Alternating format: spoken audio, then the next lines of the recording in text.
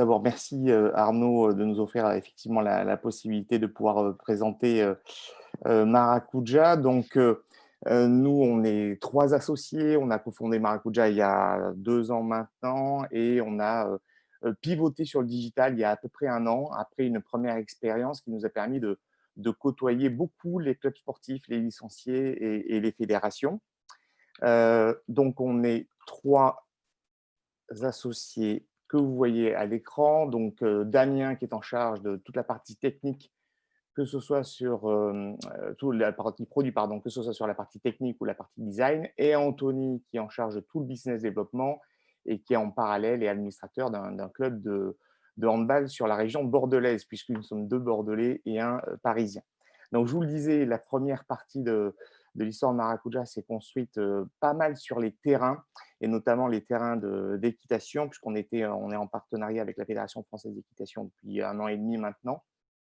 Et on a renforcé la conviction que l'on avait que les clubs offrent beaucoup plus que du sport à leurs licenciés.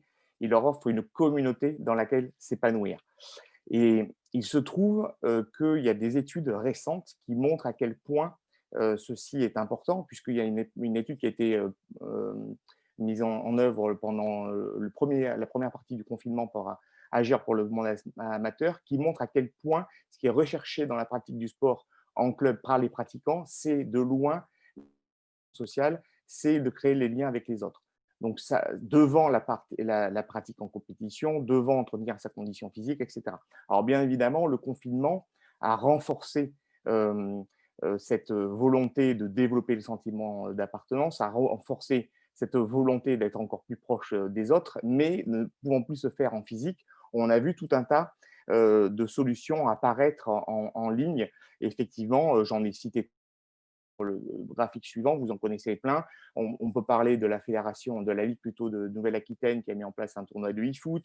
On peut des clubs de basket qui ont mis en place des solutions qui permettent de proposer des choix sur les films, les séries et les émissions pour leurs licenciés et pour leurs pratiquants. Et ce qui est très marrant, c'est de s'apercevoir que finalement, il y a beaucoup d'opérations qui ont été menées comme ça, qui ne s'articulent pas autour de la pratique sportive, mais qui s'articulent autour de la pratique de sociologie de qui est l'autre, et donc de forcément renforcer la connaissance de son équipe, de son équipier, donc de se nourrir de ce sentiment d'appartenance. Donc, chez Maracuja, on a construit un outil et on est pionnier dans l'utilisation de ce qu'on appelle le sentiment d'appartenance comme vecteur essentiel de motivation. Pour une raison qui est simple, c'est que généralement, un utilisateur, il vient aller, on va dire, entre 20 et 40 fois par an dans un club de sport, et ce n'est peut-être pas suffisant pour pouvoir le fidéliser. Grâce à des outils digitaux tels que celui que je vous présentais juste après, on va renforcer ce lien-là en augmentant son temps de contact avec son club. Pourquoi? Parce qu'il va défendre les couleurs de son club. Donc l'application, c'est une application de ce qu'on appelle le social learning, dans laquelle les membres jouent pour leur communauté. Donc, par exemple, je suis membre du Poney Club de l'île Saint-Germain, je me connecte sur l'application et je vais déjà embarquer dans le club où je vais pouvoir voir tous les licenciés et les pratiquants qui ont rejoint l'application. Et tous les jours, pendant un challenge, je vais accéder à du contenu qui va être thématisé en lien avec ma passion. Et chaque contenu et donc chaque quiz vont non pas me rapporter des points à moi seul, mais vont rapporter des points à mon équipe. Ce qui permet de faire des phases de classement, des classements interclubs, des compétitions, etc., etc.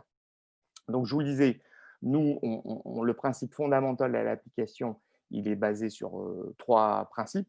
Le premier, des communautés structurées, en l'occurrence des clubs. De l'autre, du contenu, dont des quiz. Et le troisième, des challenges interclubs.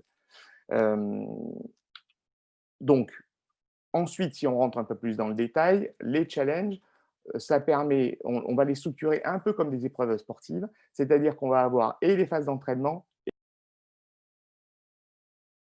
du contenu qu'on va co-créer souvent avec les fédérations, où on va pousser du contenu thématisé en fonction de l'actualité ou en fonction de certaines politiques fédérales qui vont vouloir mettre en avant plutôt certaines thématiques que d'autres. Là, en l'occurrence, c'était un aspect sur l'exemple que vous avez en face, c'était sur le thème de la sécurité et de l'équitation. Et ce contenu va servir de base pour la phase de compétition, pour lequel le licencié va permettre effectivement de rapporter des points en répondant correctement aux questions qui lui seront posées.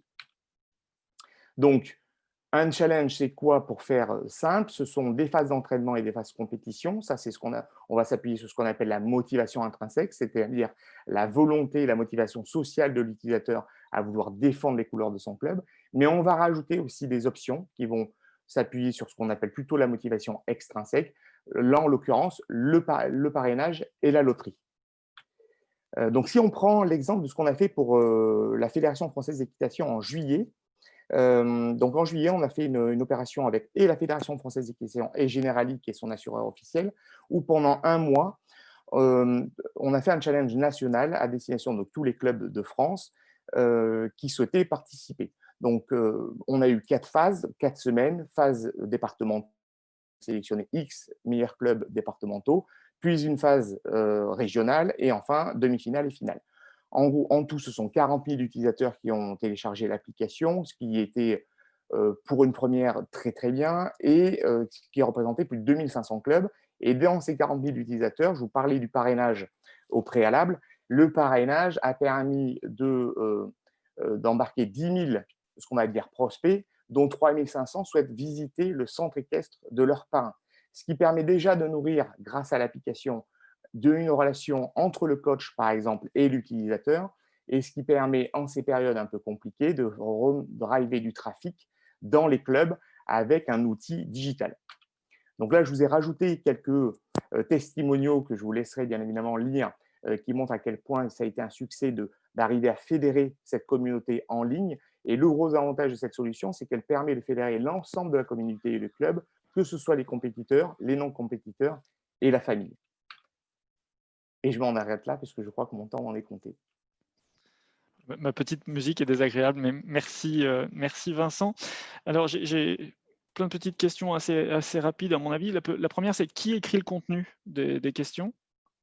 Alors, nous, on s'appuie sur des auteurs qui sont passionnés des sports que l'on va thématiser, donc des auteurs qui sont dans notre entourage, mais également, on co-crée avec les fédérations. Pourquoi? Parce qu'on va s'appuyer sur tout le contenu qui est déjà existant, mais qui ne peut être pas au format digital ou en tout cas au format micro-learning qu'on va impulser dans l'application. Alors, j'ai une petite expérience de maracuja parce que grâce au Covid, Exactement. pour un club de gym et pour un collège, ça a été utilisé. Alors peut-être ma proximité avec Bordeaux, même si Poitiers, ça reste encore assez loin de Bordeaux, j'ai été obligé de donner mon téléphone à ma fille pour qu'elle puisse répondre. Et ce qui m'intéressait aussi, c'est de voir à quel point c'était peut-être une solution d'avantage, mais tu l'as évoqué, hein, pour fédération, peut-être ligue, voire comités départementaux, peut-être moins directement pour le club. Le club est finalement bénéficiaire par l'intermédiaire de structures intermédiaires qui correspondent à l'organisation du sport français. Ouais, donc tout à fait. Donc nous, dans un premier temps, on s'adresse aux organisations sportives, donc fédérations, ligues, comités, mais également les clubs sportifs professionnels. On a certains contacts avec des clubs pros qui veulent faire en sorte d'être un peu les grands frères, d'être vus comme les grands frères des communautés, des clubs amateurs autour d'eux. Mais on réfléchit actuellement, parce qu'on a eu pas mal de demandes, à faire en sorte que les clubs puissent générer leur propre activité pendant les interchallenges pour animer leur propre communauté dans des phases d'interchallenge. Mais en revanche, effectivement, la solution est achetable par des organisations sportives et pas par un club en individuel pour l'instant. Et alors, ça me fait une transition parfaite pour la dernière question. C'est si on veut, on est un comité départemental, on est une ligue ou un comité régional, on est une fédération, on veut utiliser Maracuja, ça me coûte combien pour le mettre en place? Eh ben, ça me coûte d'abord un peu de temps pour discuter avec nous. Et puis, en fait, on va pricer en fonction et du temps du challenge qui va dépendre le contenu, la mise à disposition de l'application et du nombre d'utilisateurs embarqués. Donc, je ne vais pas forcément mettre des prix de façon très claire sur cette réponse, mais la plus simple, c'est de nous appeler et on se fera un plaisir de répondre à cette question. Bien écoute, Vincent, merci beaucoup.